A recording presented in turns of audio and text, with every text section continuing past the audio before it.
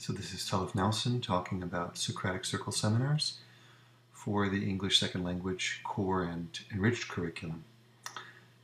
Socratic seminars named after Socrates, the philosopher for whom wisdom always began with a sense of wonder and for whom the unexamined life was not worth living.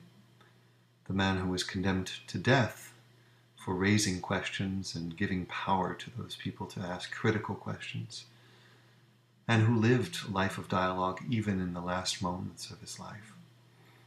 Key source texts that will be mentioned in today's discussion will be Socratic Circles by Matt Copeland, Academic Conversations by Zwires and Crawford, Brookfield and Preskill's Discussion as a Way of Teaching, Tools and Techniques for Democratic Classrooms, and Nystrand and Gammerin's Opening Dialogue, Understanding the Dynamics of Language and Learning in the English Classroom. These four works are really part of a tradition of constructivist learning that puts critical thinking at the heart of a language arts curriculum, and it was inspired by Mortimer Adler's Paideia proposal, the educational manifesto for bringing seminal works of Western civilization into the classroom and giving these authentic works of literature and philosophy to middle school students or high school students to think about. In the context of our discussion, I have created a series of rings in this Prezi to show what the approaches are, how it works with the QEP, what are some of the advantages of Socratic circles, processes, and I've given you a classroom example as well. So let's take a look. If we look within the context of our study about methods and approaches, I would say that Rickards and Rogers and Brown, if they looked at my practice, they would qualify it as a post-methods approach because it does not apply any specific school of thought, and it is not devoted explicitly to any specific methodology, not exclusively so. There's a sense of principled eclecticism, so teaching by principles. We're looking for intrinsic motivation, automaticity. We're looking for a sense of learner engagement. And these approaches all lend themselves to that. So communicative language teaching, where we are focusing on integrating skills within a communicative classroom for communicative competency. At the same time, we're building community. Maybe we're doing jigsaw learning, reading activities, for example. We are building whole language instruction into the curriculum, so authentic texts. But at the same time, we're focusing on strategies and embedding strategies within the instructional process. 4 skills integration, so speaking, fluently integrating, reading and writing skills. Cooperative structures of discussion and response. And overall, there's a sense of critical pedagogy, so critical thinking that comes from the teacher, but is really a sense of midwifery. It's Socratic in that sense. It's a maieutic questioning that helps to give birth to ideas that are critical about relevant issues, social issues, progressive issues. So these are all a variety of schools of thought that are part of my approach, my eclectic approach. At the same time, it should be said that my approach is rooted in a classical paradigm of learning that could be imagined, for example, through Raphael's School of Athens, where we do not have philosophers in desks, but in fact in an open public space, an agora of ideas, of communities of learning, whether it's astronomers or philosophers like Heraclitus, or Socrates here with the youths, or Plato and Aristotle at the center. What we're talking about is a community of learning that is an open public space of wisdom and nobility. And that does bring me to that dynamic of discussion as a way of encouraging dialogue and democracy in the classroom. So if we look at Brookfield and Preskill's quotation here that I've chosen, democracy and discussion imply a process of giving and taking, speaking and listening, describing and witnessing, all of which help expand horizons and foster mutual understanding. In the process, our democratic instincts are confirmed, and by giving the floor to as many different participants as possible, a collective wisdom emerges that would have been impossible for any of the participants to achieve on their own. That is one of the key benefits to Socratic circles, this idea of actively showing how democracy can be practiced and how it can benefit us all.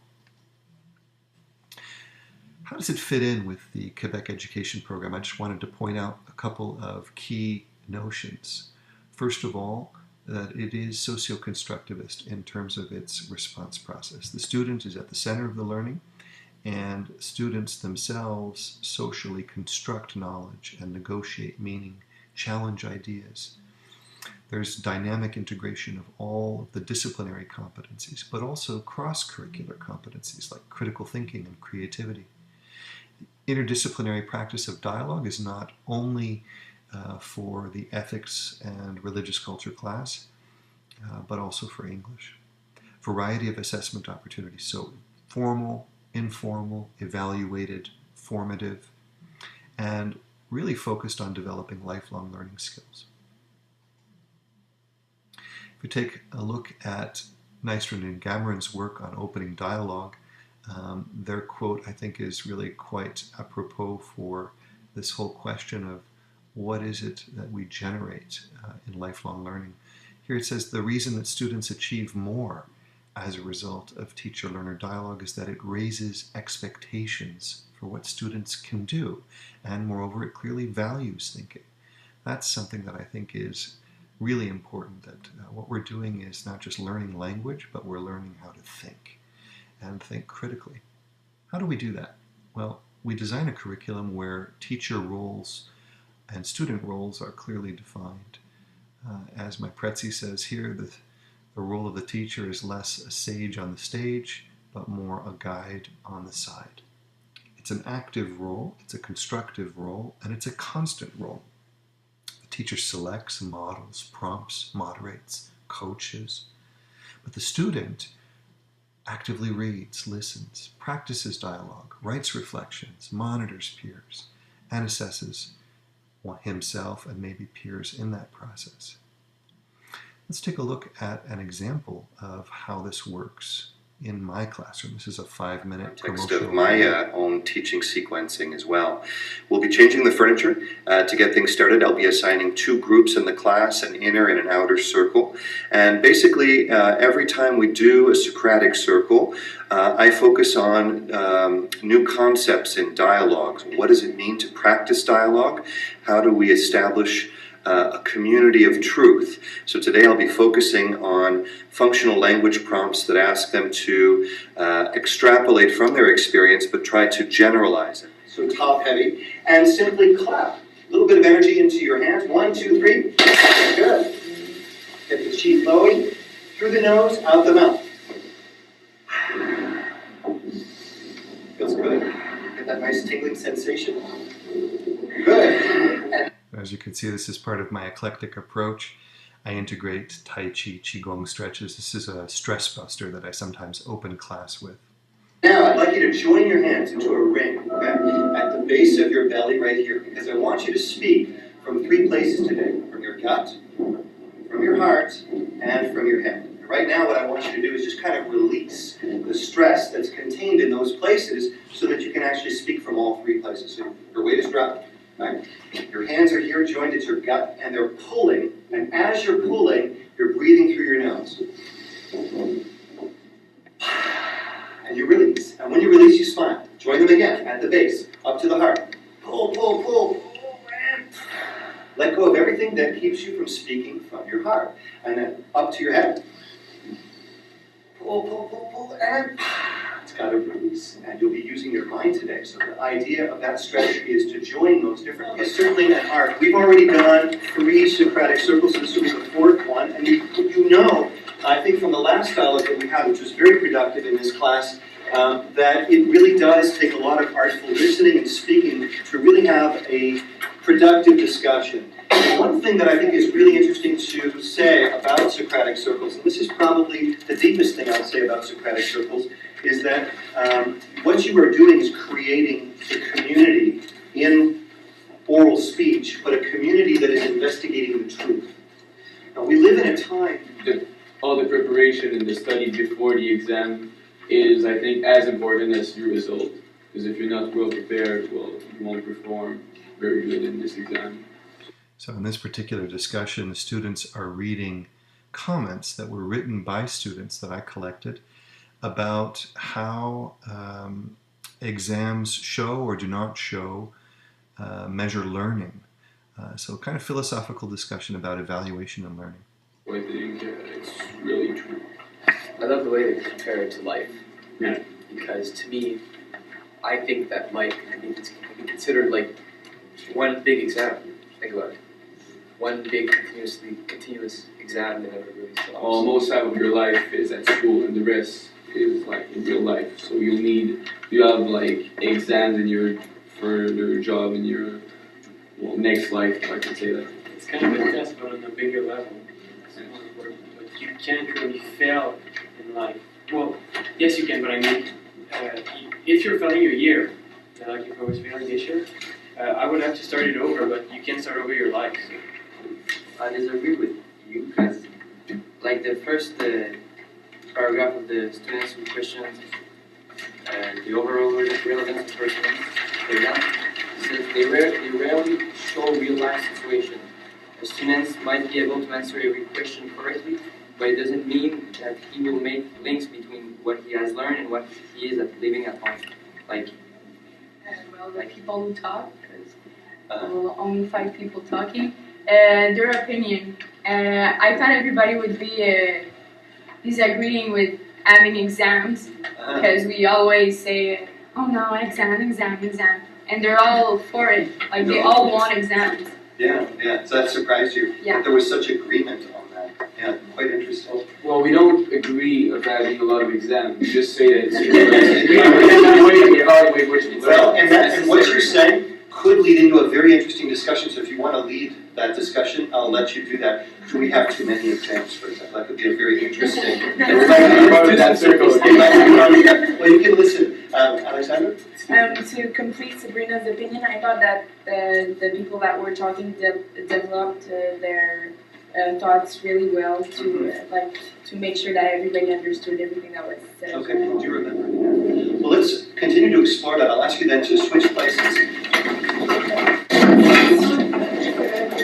Chair. Just leave the chair in the middle open as always.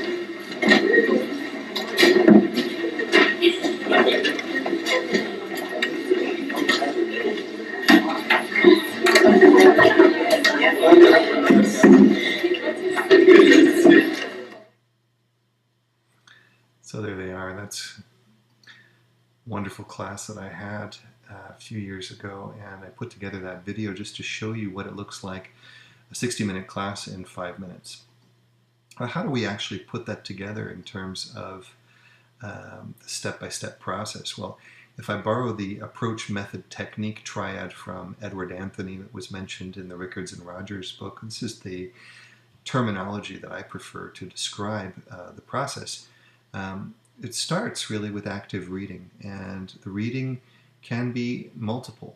Interpretive literature, current events, issues in science, visual art even. There is a response process that is generated by finding connections between texts, between one's experience, for example on exams, connecting terminology to text, and maybe connecting the text to the world. So for example, if we're studying satirical literature and the term parody becomes important, well, they need to make the connection between the parody and the original in the world and why the parody is being done.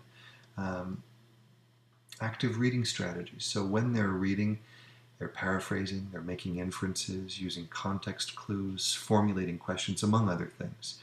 These are strategies that can be explicitly modeled, taught, developed. Note-taking strategies. So when they're come to the circle, they have a limited amount of time to share, but if they have taken the time to do more than simply highlight, but maybe code it, post it, semantic list it, graphically organize it, or create a mind map. That can be very, very helpful. Here's an example of a mind map that is very, very useful. Thinking about the text purpose, and in the columns below the Parthenon, key questions, thinking skills, text types. That could be useful. And buzz groups. So the reading process can also be socially interactive. So when we're preparing for Socratic Circle, just to encourage shy people to speak up, well, maybe talking in a group of 3 to 4, a buzz group, to review topics, point out ambiguities or unsupported claims. That can be helpful for getting the courage, right, to speak up in the larger circle. The next step is to explicitly model and teach skills in academic conversation, because we don't want them simply to exchange opinions or to resort to debate. We want to distinguish dialogue. So I use these references to talk about conversation skills. Swires and Crawford have a wonderful method and templates for explaining to students how they can elaborate and clarify, prompt others to do so, how they can support ideas, another core skill, how they can say, for example, what's your take? Or let me play the devil's advocate, building, challenging ideas. Paraphrasing and verifying understandings. This is a very important skill in a circle. So you're saying this, am I right? It helps to continue the dialogue. And lastly, the ability to synthesize conversation points. Right? How can we bring this all together? What can we take away from this conversation? At the same time, there is another skill, which is just understanding what dialogue is all about. Copeland does a really good job distinguishing dialogue and debate. Whereas dialogue is collaborative, debate is oppositional. Whereas dialogue uses listening to find agreement, debate, it's to find flaws. Dialogue enlarges, debate affirms one's position. Dialogue complicates positions and issues, and debate simplifies it. So very important to distinguish these two processes. Although debate can be parliamentary and progressive, it is more competitive, oppositional, affirmative, and less interesting for inquiry. Setting it up, well, you saw an example. Basically, I follow these kinds of models. It's important as a teacher that you think about how you can differentiate the classroom in terms of lighting, timing, and assigning students different roles in the inner circle and the outer circle. Here you can see we're just using chairs, even on the outer circle. In my classroom, I was using desks so that they could actually write on something. Here's another setup. They call it a fishbowl setup. So some are being observed from the outside, and their behaviors will be noticed and talked about. Here they mention even composing a blog. For me, my game plan is integrating all 3 competencies over 3 classes. This is usually what I do. So there's a preparation, implementation, and reflection stage. In class 1, active reading of a text. It could be a short text, it could be a longer text, it could be the end of a novel. Model and practice note-taking, give time for buzz groups. A whole class just for the dialogue.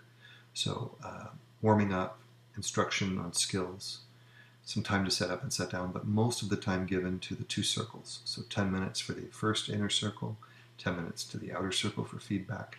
And when they switch places, the outer circle from the first discussion goes to the inner circle, has 10 minutes, and vice versa. Third class follows up in writing, possibly editing a report, writing a draft, integrating peer editing. So there's a sense of carrying out a series of tasks in a very, very fluid way. A lot of opportunities for assessment, as I said. Here's an example of relatively informal feedback that the outer circle will give by using this template or feedback form. So they can rate the performance, they can give it a score, they can name leaders, write down questions and ideas that are interesting, give constructive criticism. You could also integrate peer and self-evaluation. So you might have coaches that are paired up and they're going to help each other observe what they're doing well and comment on that. And then maybe I will add my comments to theirs. This can be followed up afterwards, as I said, in writing. So it could be simply a reflection on performance or a reflection on content, where we're looking more at a literary analysis of a text. I've developed a variety of rubrics for this. So for example, if I want to evaluate interacting orally, I could evaluate that on 3 separate classes. So in the buzz group, are they doing a good job sharing? In the circles, are they participating actively? And when they're reflecting, are they showing seriousness and maturity? So over 3 classes, I could evaluate that competency with 3 different manifestations. Could also integrate competencies like competency 2 and 3, so their ability to reflect on performance, to think about content, so write a thesis statement, write an argumentative text with pertinent, relevant references, and making personal connections. Those are some ways that can be evaluated. Appleby noticed that students in classrooms with high academic demands and more emphasis on discussion-based approaches show higher end-of-year literacy performance. That's something that I've noticed, although I haven't traced it statistically. The literacy skills by the end of the year are quite strong as a result of Socratic Circle reflections. Once again, here are some of my references in today's discussion. So looking at earlier texts like Anthony, Adler's Paideia proposal, Brookfield's Discussion as a Way of Teaching, Copeland's central work on Socratic circles. He's not the only one. Müller and Müller also, my own work and reflection, Nystran's, and so on and so forth, Academic Conversation Skills and Templates by Zwires and Crawford. So I hope you enjoyed the presentation and that you feel open to integrating Socratic circles into your curriculum. I believe it's a game changer, and it's definitely one to try out if you've never tried it before. So good luck.